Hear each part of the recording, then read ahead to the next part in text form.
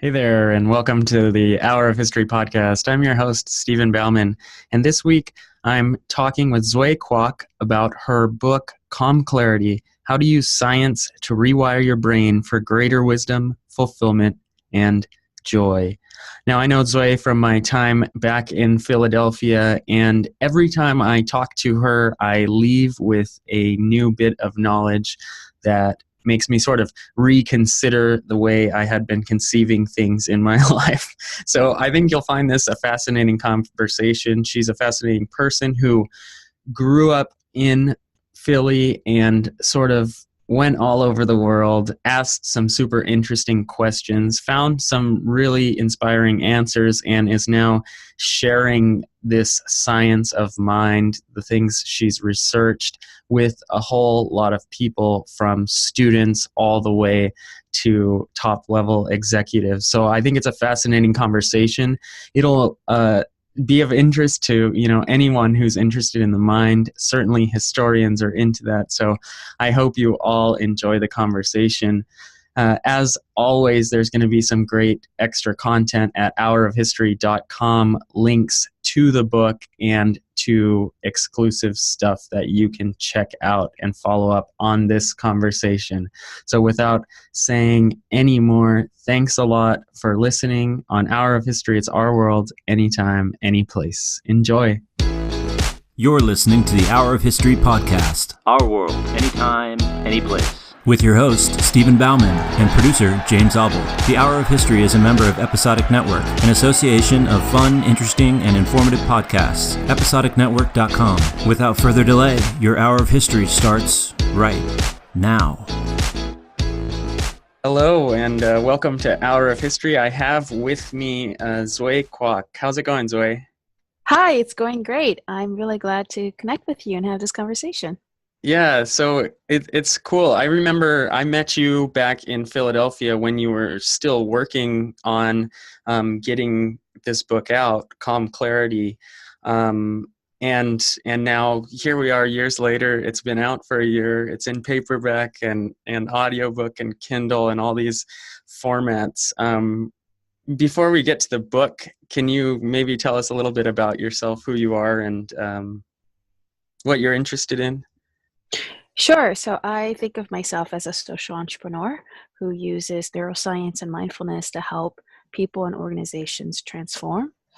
We have two primary trainings that we offer. One is on leadership, how to rewire your brain to bring out your best qualities as a leader and make a positive impact on people around you, as well as on how to deconstruct unconscious bias using neuroscience and mindfulness. And in a way, this is a leadership training too, because we help people understand the narratives and life scripts that drive their behavior in both positive and negative ways. And sometimes a lot of it hasn't been questioned or looked at before. And so there may be biases that lead us to treat some people in a positive way and other people in a negative way. And so we help people to deconstruct those biases using neuroscience. And it's been a very powerful experience to share that with companies and organizations.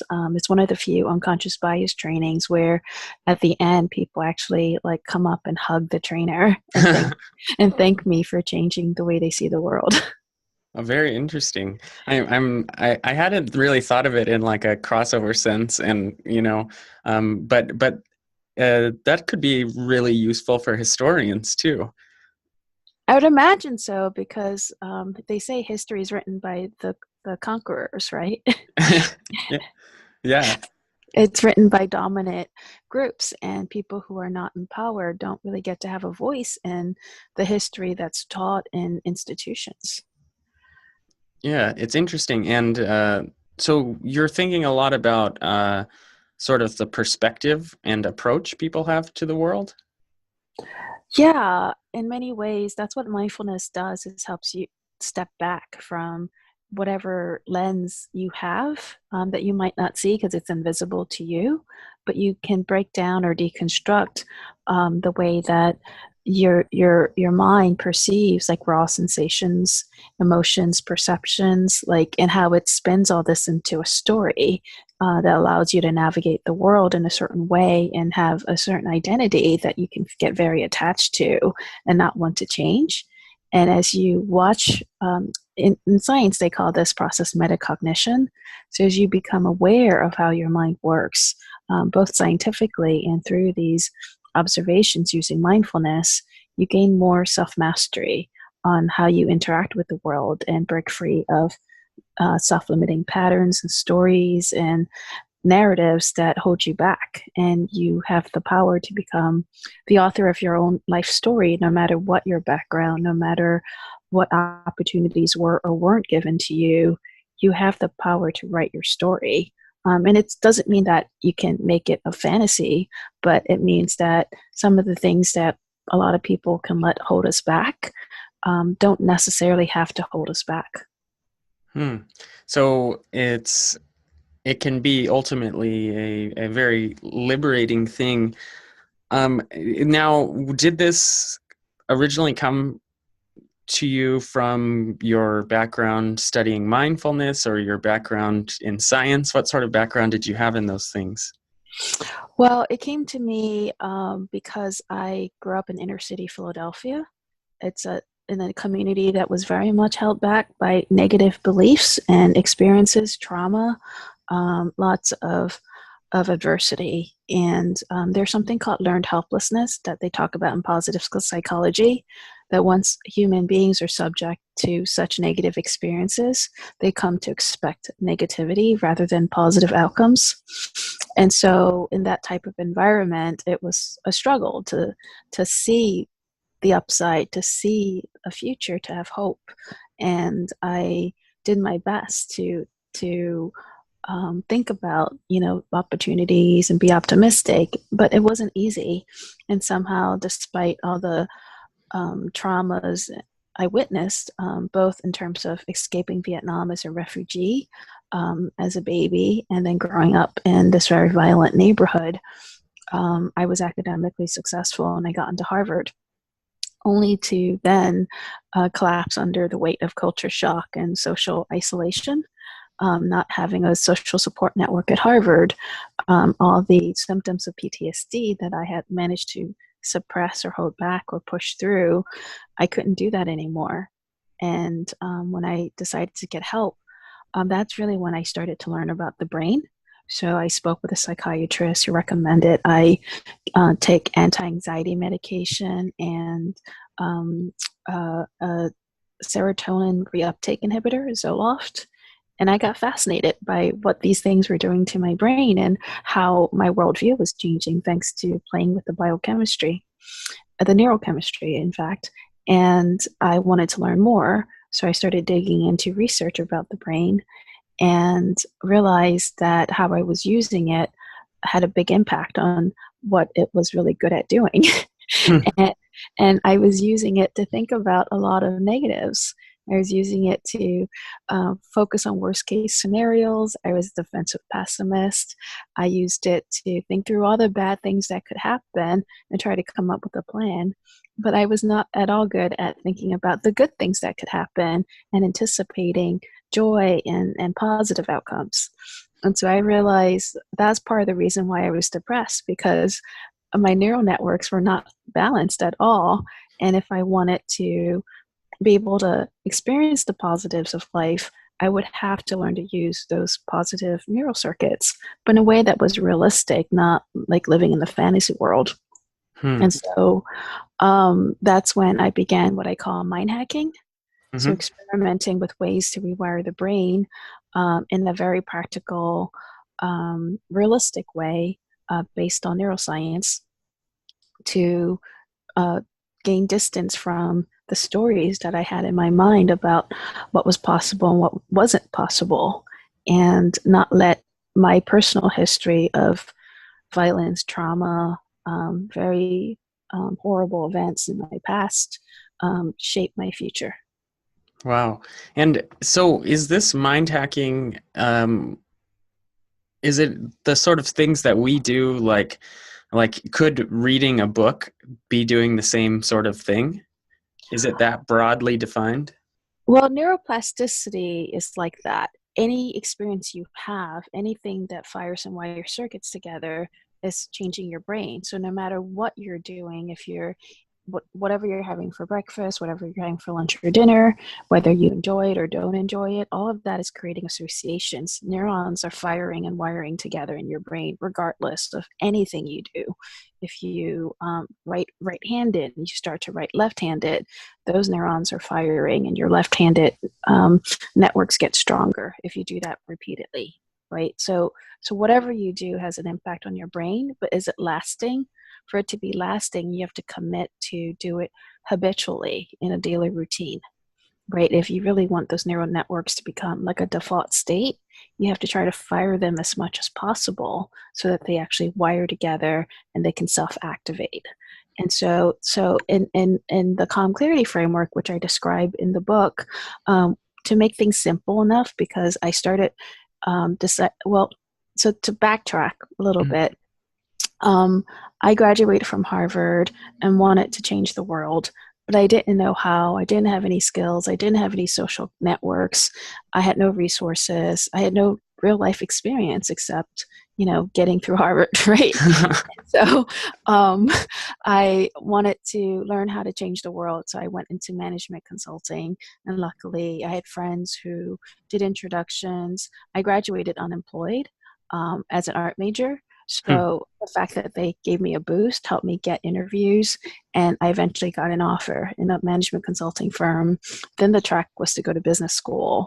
And then I wanted to go to Asia because I just wanted to rediscover my roots. And so I convinced my consulting firm to not only take me back, but reassign me to their Greater China practice. So I moved to Beijing and then got an opportunity to do private equity investments in Vietnam, the country where I was born, and I'd always been curious to reconnect with my roots and heritage there. So I took the offer, did growth capital and infrastructure investments, and then got a position doing social impact investing based out of Singapore.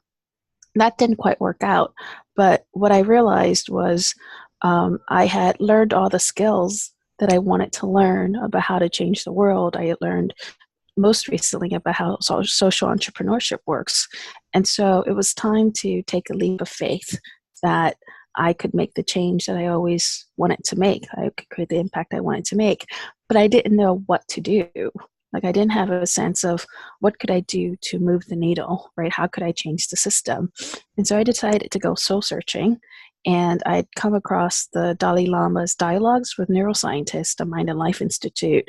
And I was so fascinated with what the Dalai Lama was saying and what the neuroscientists were confirming that I wanted to experience it for myself. So I bought a one-way ticket, went to India, went to Dharamsala, where the Tibetan Buddhists live in exile, and sat through 3 different retreats. And then went through the Buddhist pilgrimage trail, following the footsteps of the historical Buddha, and then ended up in Bodh Gaya on the anniversary of his enlightenment, which I thought was pretty interesting. And I had all these fantastic experiences that I never expected to gain. Someone who was very skeptical, very scientific. And I realized after journeying through India for about 3 months, my brain had changed. I had become much more compassionate, much more peaceful, much more joyful. And I realized a lot of the trauma that I was still carrying around with me had been, I wouldn't say it's 100% healed, because I don't think that's really possible. It's always a journey where layers and layers unfold and heal. But I was so much more integrated and harmonious inside than I'd ever been before. And I realized this was probably something worth sharing, but I couldn't share it in the way that I had learned it because I was so scientific. I needed to explain things using neural mechanisms. And when I came back to Philadelphia, the one thing I realized in talking to nonprofits and the schools, educators, was what was special about me, the gift that I had to share, was that I had navigated through a broken system without becoming broken. Sure, it hurt, but for the most part, I managed to still pull myself together and not let the system break me. And Mhm. so I needed to package that and share that with students today because there's even less resources and less handholding available to them. And I began to build the Calm Clarity curriculum, pilot testing it in urban high schools and seeing how students responded to it and tweaking it over and over again. And what I realized was teaching them about the brain in a very simple way really resonated.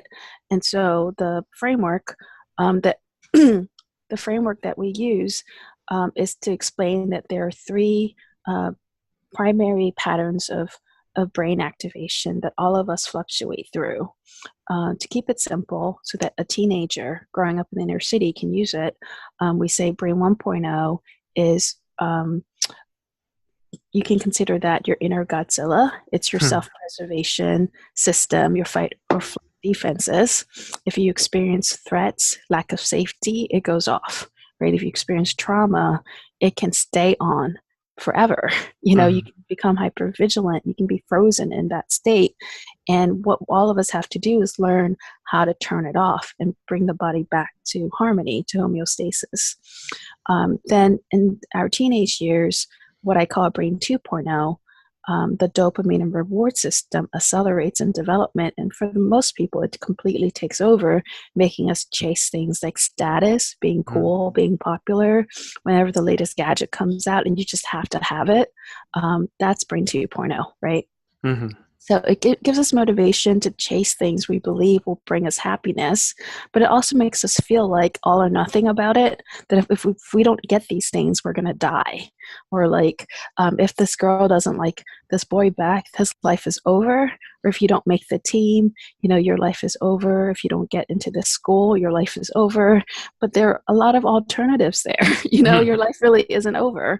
But Brain 2.0 gives us this fixation, this rigid view of the world that you must have these things or else, right? Mm-hmm. And unfortunately, you don't learn until you've gathered enough of these trophies or these carrots that having them doesn't actually make you happy. And so I had been chasing these rewards my whole life as an overachiever, and I was not any more fulfilled than I was in high school. In fact, I felt even emptier because everything I thought I was supposed to get to be happy didn't work, Mm-hmm. Mm-hmm. And so what was I supposed to really do to get into a state of genuine happiness? And that's where the neuroscience helped. Because if you stay in the dopamine system, all dopamine does is gives you a sense of anticipation and anxiety that you won't get what you want. So a lot of overachievers have high anxiety levels and panic attacks, right? Get even neurotic about getting what we want, perfectionistic, and we torture ourselves. And that is not a recipe for happiness. So you actually need to learn to tame that part of the brain. And the key is to develop what I began to call Brain 3.0. It's a higher state of elevation, what the Greeks described as eudaimonia. It activates, it corresponds to the neural networks for self-mastery, for well-being, for self-actualization, for curiosity, being present, being open, being connected and compassionate, right? Whereas when you're in Brain 2.0, life is very transactional. You feel like you're in this competition that will never end. And you feel like you're actually in a state of stress because you're trying to win everything, right? It just feels like there's not enough to go around. But in Brain 3.0, you see the bigger picture and you realize there are a lot of short-term distractions that you can actually say no to. And the fear of missing out doesn't drive you because getting those things don't actually bring you into Brain 3.0. And it's actually more important to be in Brain 3.0 to get what you want than to go into Brain 2.0 and be deceived that something is more important than it is. Right. And so the way I understand, and I have a lot of questions over that whole story. I mean, I think it's fantastic, but the way I understand it is that, I mean, we need 1.0, 2.0, and 3.0 to exist, right? Yes. We can't all just be this enlightened sage in 3.0, or we don't really, can we? I guess the question is, what did Buddha's brain really look like? For these enlightened sages, didn't they physiologically still have Brain 1.0 and 2.0? Yeah. Right? Like, I don't think they had a lobotomy and had those parts removed, right? And so it makes you wonder, what does enlightenment really mean in terms of neurophysiology, Mm. right? My guess, and again, no one can scan Buddha's historical brain; it's not available. And even when we scan the brains of Tibetan Buddhist monks, there are clear differences in the way their brains are wired than that of like a normal college sophomore who volunteers to be part of these studies, right? and but yet we can't say that their brains are like the Buddha's brain. We can't really gauge how enlightened they are. But what the fMRI studies show is that people who have practiced thousands and thousands of hours of meditation have a much easier time calming brain 1.0 and brain 2.0. And do you ever, I mean, I don't know if this would be a useful exercise, but when you look back and you think about your life, do you think you would have gone to a place like Harvard, though, if you hadn't had the sort of like constant brain 1.0, that anxiety and that fear? I mean, it's hard to say if that was what got me into Harvard, because I would argue that without Brain 3.0, I would have never had a chance of getting into Harvard. Because Harvard does still select based on intellectual curiosity and potential for changing the world. And somehow, despite everything I'd gone through in the inner city, I had enough Brain 3.0 to demonstrate I had that potential. And so I've taught in inner cities and, worked with some of those populations. And you do see a lot of these sort of like inner Godzilla moments where, students there's something really, traumatic happening outside of school. Mm-hmm. And it's brought into the classroom, and it often it's like that brain fog, where it doesn't matter actually what's happening in the classroom. The Godzilla is out. Mm-hmm. So what are some of the training practices that you use in order to move beyond 1.0? Sure. So when we did the training in inner city classrooms, the important thing was to have the students experience what Brain 3.0 feels like. It had to be experiential. So I would guide students through different activities that would activate Brain 3.0 so they would actually feel it. This included like stepping back and seeing your triggers and being able to write them down so you had some distance from Brain 1.0 and Brain 2.0. You can name it if you were in those states.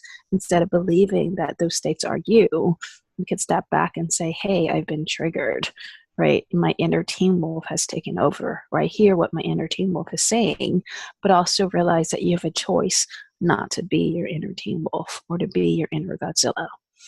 And what was fascinating, because this was a giant experiment, nobody knew if this was possible. A lot of people were cynical and told me this would never work. But we ran the program at Carver for a small focus group, just a few weeks. And then we ran a longer program at Masterman twice. And then we ran a 5-week program with the Netter Center in West Philadelphia for high school students. And people were cynical, saying, well, of course, Masterman kids could get this, but not West Philadelphia kids, right? Mm-hmm. And I said, well, I don't know. Those are just your assumptions. Until I do it, I'm not going to make any conclusions, right? Mm-hmm. And it's possible that people who are in Brain 1.0 are much hungrier for Brain 3.0 than people who are in Brain 2.0 are, right? And that's what I found. When we began teaching the program, the first class was at Sayer. You could hear a pin drop. The students had never seen anything like it before. And the quality of the instruction, the slides, like they were blown away. And they were very grateful. Many students came up to me afterwards to thank me for sharing it with them. And then 5 weeks later, when we gave out feedback surveys to ask students like what the impact was, students shared that because we ran the programs on Mondays, they shared that Mondays was when they felt the most calm. And immediately they would go home and share what they learned with their family and friends because it was so important. That's interesting. Yeah, as a teacher, there is a sort of calm on Mondays that you feel that you don't, and as the week goes on, it gets more and more challenging. But that's kind of one thing I was interested in is how much do we have an environment, or do we create an environment or live in an environment that sort of precipitates these reactionary states like brain 1.0 or brain 2.0? It seems like everywhere we are, whether it's work or school, we're being, our cravings are being triggered by advertisements. Our tunnel vision is being, focused in by emails and text messages that we get that tell us where we need to be and what we need to be doing. And when we don't get it, we get upset. So how do you still live in the world and not, fall to these things? So that's been my experiment since coming back from Asia in 2013, to try to bring a state of calm clarity with me and to try to be in Brain 3.0 as much as possible. And I admit, I still spend a lot of my life in Brain 2.0 and 1.0. Mm-hmm. I still lose my temper. I can still curse people out like every once in a while. But for the most part, it's how long you let yourself stay in Brain 1.0 and 2.0 after you get triggered. So in the past, I used to justify my anger. I used to justify the state of craving, and think that was normal and that's the way things are and that's how I'm supposed to be to, make it in this dog eat dog type of world, right? Mm-hmm. It's the survival of the strongest. Only the most capable, smartest people get through the race, right? And so you just have to, it's kind of like a Hunger Games type of mentality, right? Yeah. And not that violent, but it's that mentality that you've got to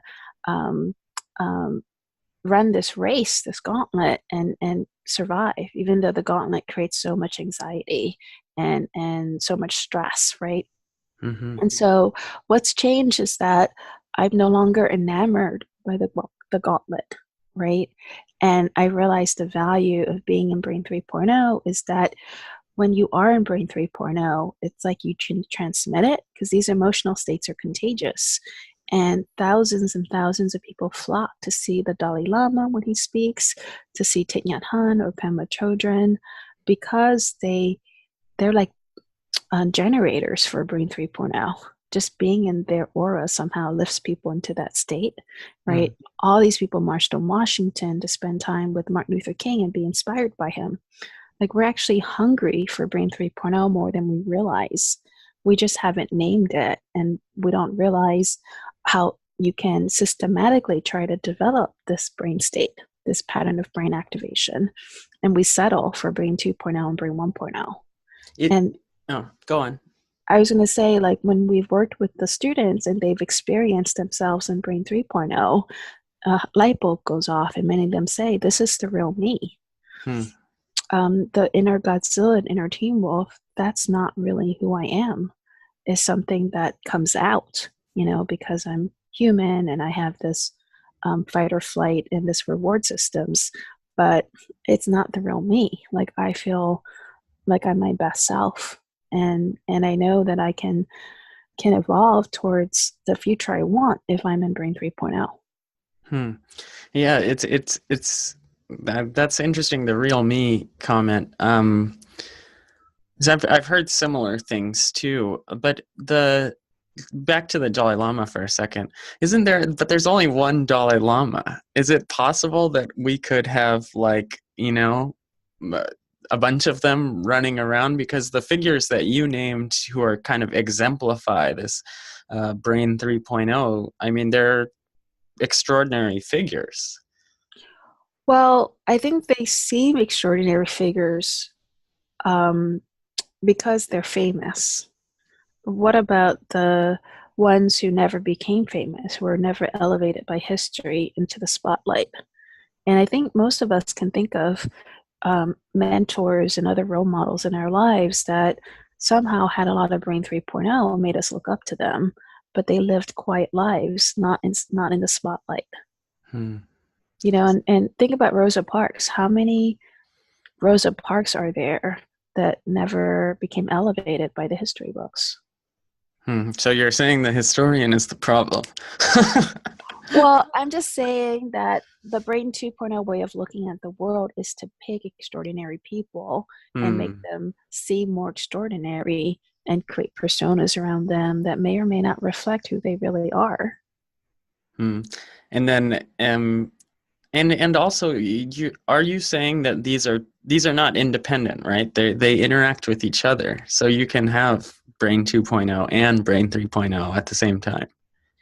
I believe so. I mean, the way I experience it is there'll be a trigger, right? Maybe it's going to a Wharton reunion or a Harvard reunion, right? And this need to feel like I'm not at the bottom, right? And then I look at it and I realize like there's this benchmarking aspect of Brain 2.0 where you compare yourself and you hope that you're not below average, right? To have a sense of ego or self-esteem, you want to be above average or even at the top. And I realized like that's just all perception and that's all made up because those are very unstable groupings in my head, whether I'm superior or inferior, you know? And if I can then realize that I'm not in Brain 3.0 and then take time to activate Brain 3.0 through whatever practices I think are most relevant at the time, then I can actually deactivate that comparison network in the brain and forget about it and then focus on something different. And you are suggesting that if we are able to put those things aside and focus on something different, that ultimately enables a sort of more, I don't know, compassionate existence. Yeah, I mean, when the Dalai Lama talks about his mind training, like he lays out his schedule and he spends hours meditating. And it's not just like mindfulness meditation. He's doing compassion and meta meditation. He's doing analytical meditation. He's like actually firing and wiring neural networks that allow him to be what I call the highest expression of who he is. Right? He calls it Buddha nature. And I would argue that all the brain is a bunch of networks, and you can divert glucose or blood flow to different networks by intentionally trying to activate the one you think is going to help you be in Brain 3.0.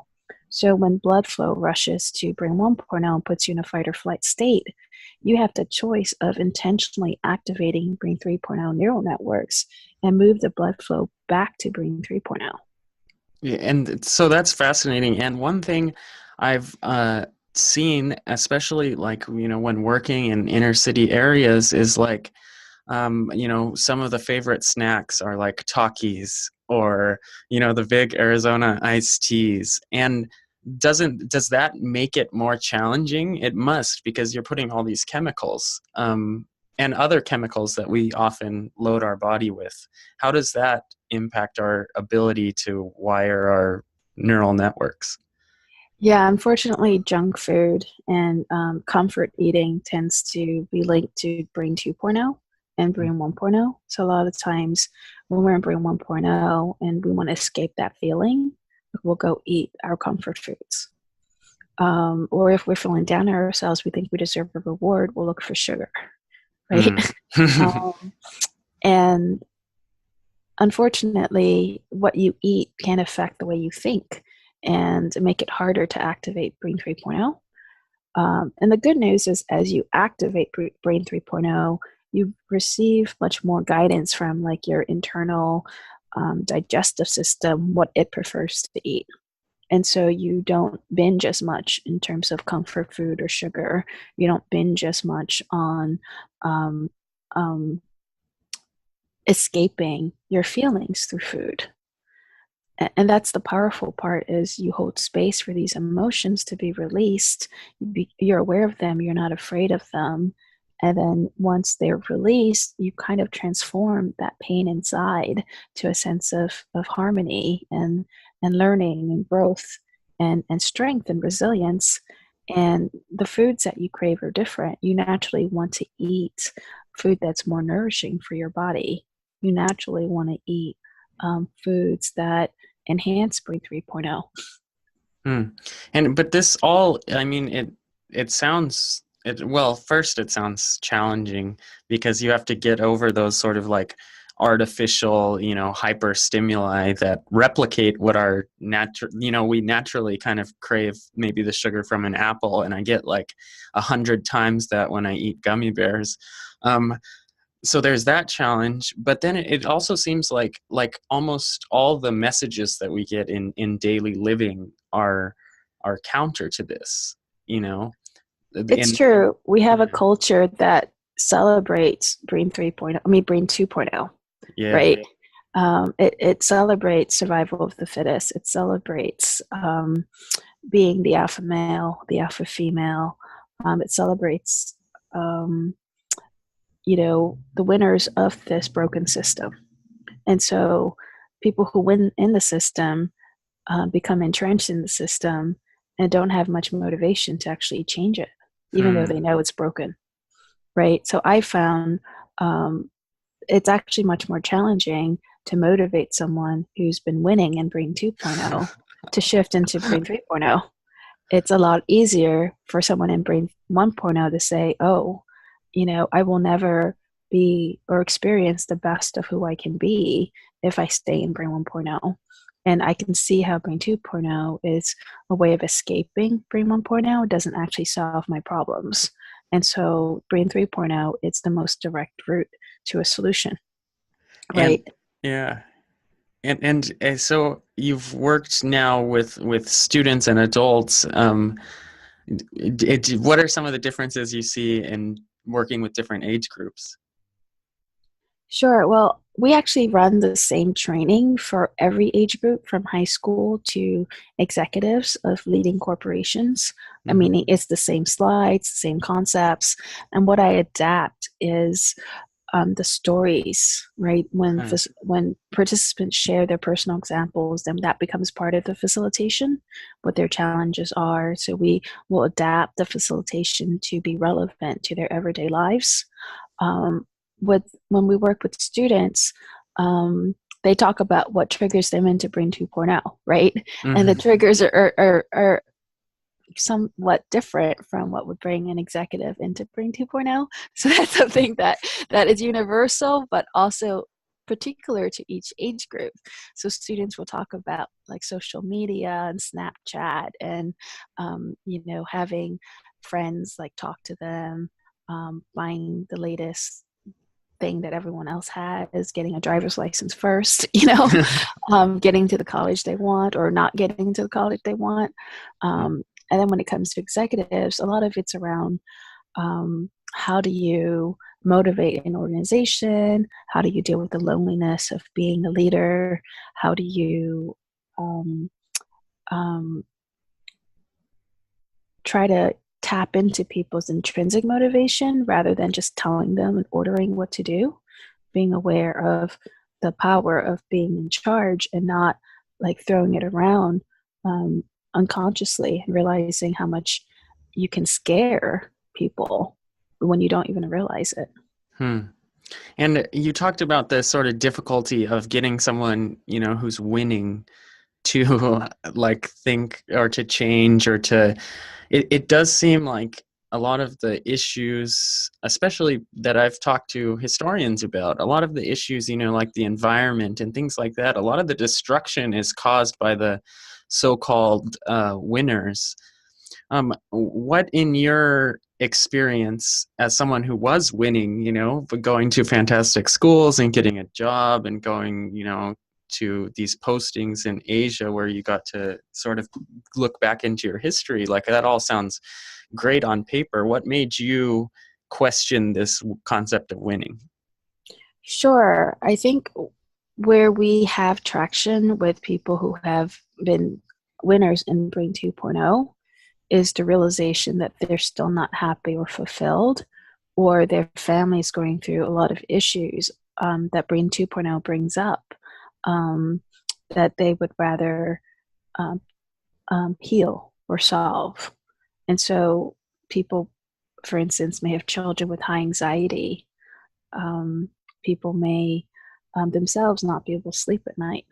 People may realize that even though their career is going really well, their family isn't going as well as their career is, and wondering what the disconnect is, right?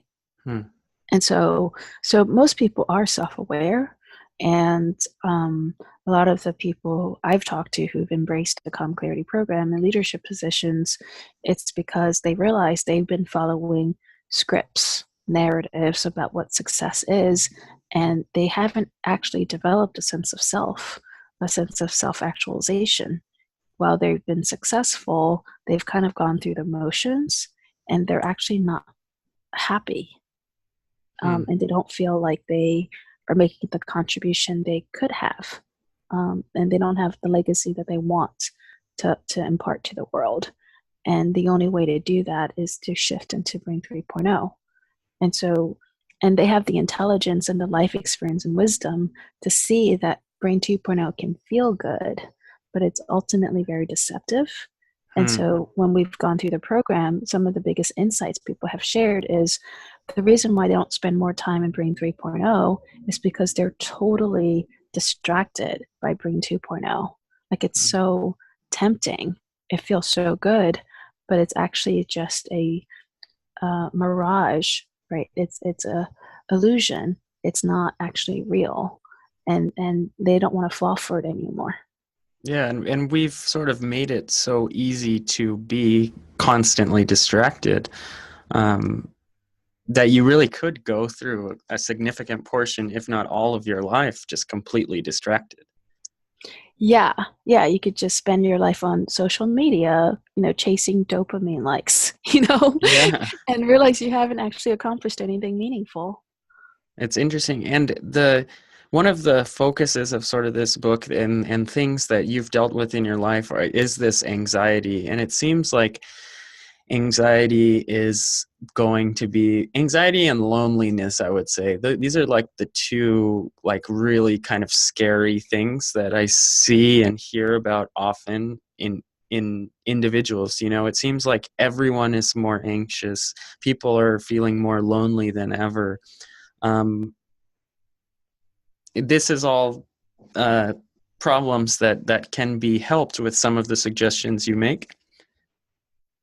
I believe so. I think it's a byproduct of living a lot of your life in Brain 2.0 that you'll eventually feel that way, because the dopamine system is also the cause of anxiety.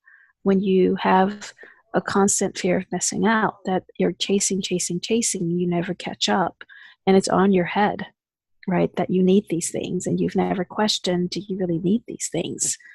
You just assume that you do because your dopamine system tells you that you do, right? What people need to do is step back and question, like, this is a race I'm in that I feel compelled to run, but why? And who created this race? And why is this race important? And what's the worst thing that could happen if I decided not to run the race? You have this feeling that you're going to die if you're left out. But if you actually try to sit it out, you'll see that you don't actually die. And the consequences of missing out really aren't that bad. And in fact, I heard someone coin the term joy of missing out. And you focus on the free time that you have to focus on things you really like and enjoy, instead of chasing everything that everyone else is chasing. Yeah. I'm still thinking about the metaphor because I'm running a race this weekend, in like an actual race. And it is kind of, it's a good metaphor for life, how we do this. But one of the funny things about racing is that the quicker you run, the faster the race is over. So I guess this can be applied to life too, anyway. So this is really fascinating. So tell me a little bit more. I know we've talked a lot about what you've written about, but can you tell me more about like sort of the goals of the program? Like, do you hope to continue sharing this in greater numbers? What do you sort of envision with Calm Clarity? Sure. My hope is to spread the message of living in Brain 3.0 and the importance of fostering, strengthening, activating Brain 3.0 in ourselves in our children, in our team, and the people around us. Because the main reason why people get hijacked into Brain 1.0 and Brain 2.0 is the influence of other people, Hmm. right? And these are Hmm. very contagious. And so when you see that society values a certain prize or certain race, then you're trying to win that race. Hmm. And so it's really your peer group, your family, that is shaping Brain 1.0 and Brain 2.0 for you most of your life, right? Hmm. And so if more people have the discipline and the willingness to cultivate Brain 3.0, then enough people, hopefully a critical mass, will be able to see through the rigged system we've built where only some people can win and most others have to lose, and design a different system, different processes, different institutions that actually trigger, activate, foster, and strengthen Brain 3.0.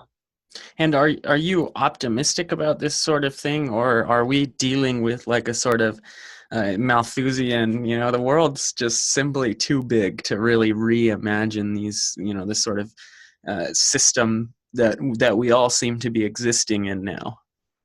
Well, I wouldn't underestimate the power of the human spirit Hmm. and the force of evolution towards our highest and best selves. I mean, if you think about life during like the Roman Empire, anyone could become a slave, even an emperor, Hmm. right?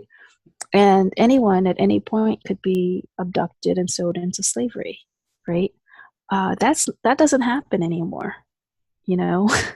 Hmm. And we believe in human rights, and now we believe that females and males are equal, right? We believe that people should be treated with the same respect and given the same opportunities, regardless of their skin color, regardless of their religion, regardless of their ethnicity.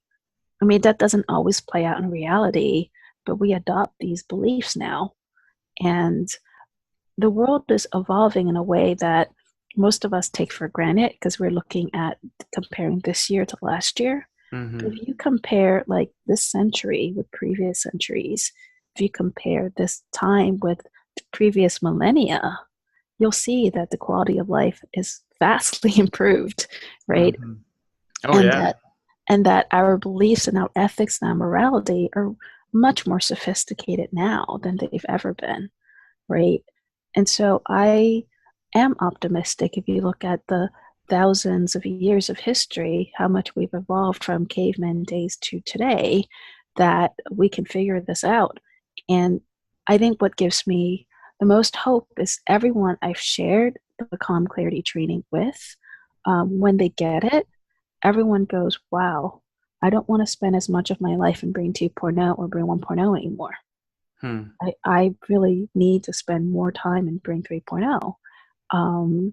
That doesn't mean that it's easy to do, and it takes work and effort to notice yourself being triggered in Brain 1.0 and Brain 2.0 and make a conscious effort to activate Brain 3.0. And I still struggle with that, but I'm not spending years and years of my life in Brain 1.0 or Brain 2.0 anymore. Hmm. And so do you ever well, how long have you been sharing this with people? So I designed the program from scratch in 2013, and it's 2013. been evolving ever since. And we added the deconstruct unconscious bias using neuroscience and mindfulness training last year, about a year ago.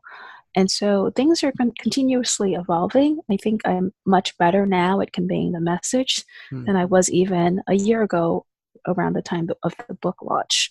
I think I was still learning how to speak to radio show hosts, podcasters, and interviewers, and I was nervous, right? And Yeah. so I think now that I'm not as, what's the word?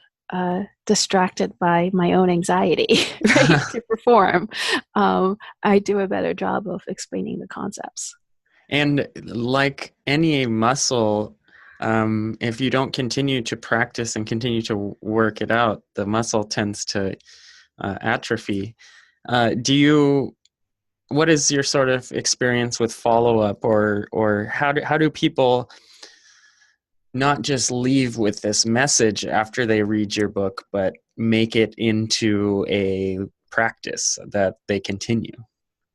Sure. Well, the second half of the book is called A Mind Hacker's Guide to Shifting into Brain 3.0, and we provide us about a dozen or half a dozen exercises for people to do that activate and strengthen Brain 3.0. And on the resources page of the Calm Clarity website are all the guided meditations in audio form that I've recorded that are in the book, as well as articles and other resources to help clarify. Like now we have an infographic on the webpage that explains more about Brain 1.0, 2.0, and 3.0. And it's taken time to develop these resources. I wish at the time the book came out that we already had the infographic and could have incorporated it into the book, but we didn't. And so I think it just takes time for people to realize what Brain 3.0 is. They have to experience it. They have to do these meditative practices to change the biochemistry and neurochemistry of their brain so they really can experience and say, that's what Brain 3.0 feels like. And remember, when they're not in Brain 3.0, when they've been triggered into Brain 2.0, Brain 1.0, there are biofeedback signals, there are mental feedback signals. The voice in your head sounds different. There are so many feedback mechanisms that you can sense internally that can tell you, like, oh, you're not in Brain 3.0. You're probably in Brain 1.0 and or Brain 2.0 right now. And it's up to you to then create the space to feel what you feel, to process what's happening, to tune in and understand and have compassion for yourself not being in Brain 3.0, because you can't beat yourself up for not being in Brain 3.0. That only puts you in Brain 1.0 more. You actually have to be compassionate towards yourself and be willing to love and support yourself and activate the neurochemicals like oxytocin to activate your vagus nerve, the physiological mechanisms that restore Brain 3.0. You have to be willing to do that. And then when you do that, your entire worldview, like your lens changes because you're in Brain 3.0. And the stories in your mind that were playing out in Brain 1.0 and Brain 2.0, they seem distant. They can't really drive you anymore. And you have access to what I call your inner wisdom or your inner sage when you're in Brain 3.0. And that guidance is what helps you to make more effective decisions and to uplift and inspire and elevate people as opposed to compete with them or shoot them down. And how important is it to have a community or a group who can do just that, who inspires you rather than sort of draws you back into those undesirable states of mind?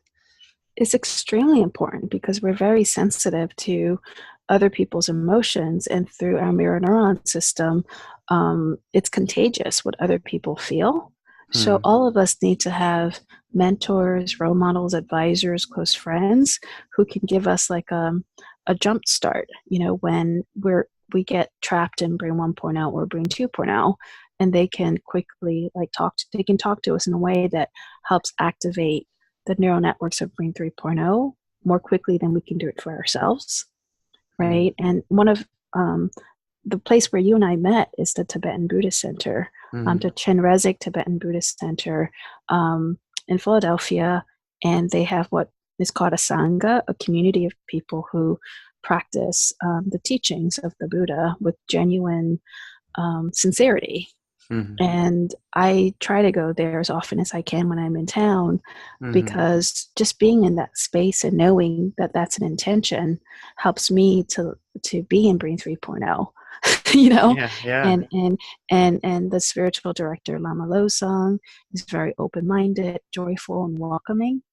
And so I can't guarantee that he's in Brain 3.0, but I think he spends more time in Brain 3.0 than maybe I do, And so being around him helps too.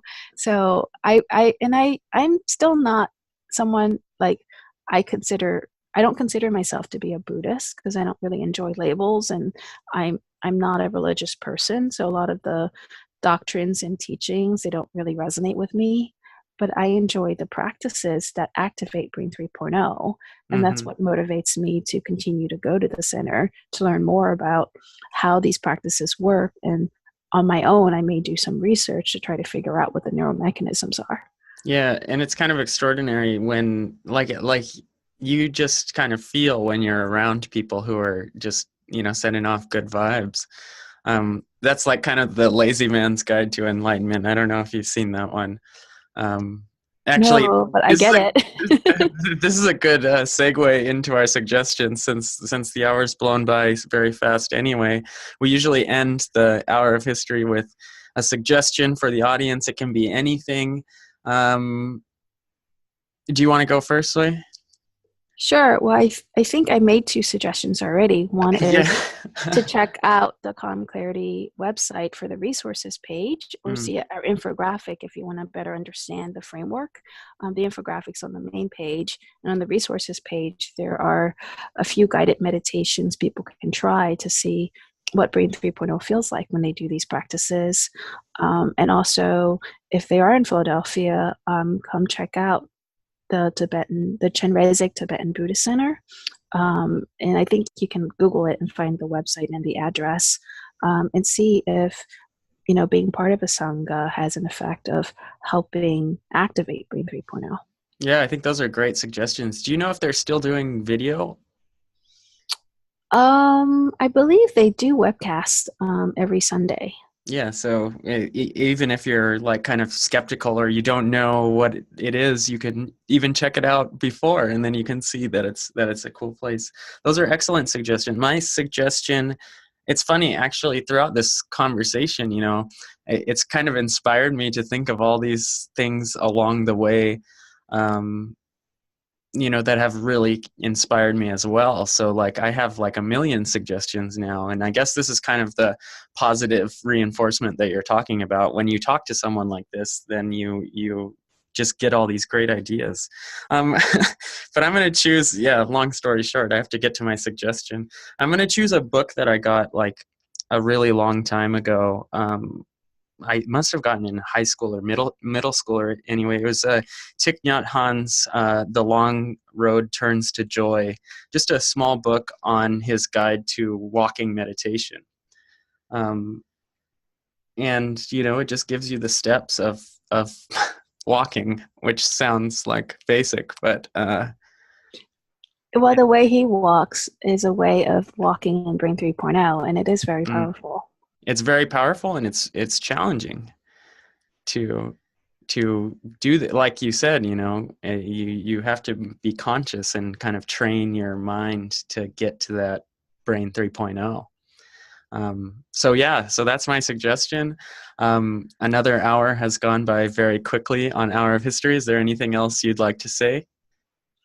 Well, if anyone has any questions, because I think we ran through neuroscience really fast, they can always go to the Calm Clarity website and email us at info@calmclarity.org, and the website is calmclarity.org. That's great. And we will have links to all that in the show notes at hourofhistory.com. Thank you so much for joining us. My pleasure. All right. Thanks for listening on Hour of History. It's our world, anytime, any place. So long. Thanks again for listening. Make sure to check out hourofhistory.com/Rex for all the recommendations mentioned during the show. That's hourofhistory.com/RECS. And if you still haven't gotten your fill of the Hour of History, be sure to head over to our blog at hourofhistory.com/blog, where you'll find topics that were covered in the podcast as well as others. And that concludes this week's episode. We thank you again for listening, and we hope to have you back here next week at the Hour of History podcast.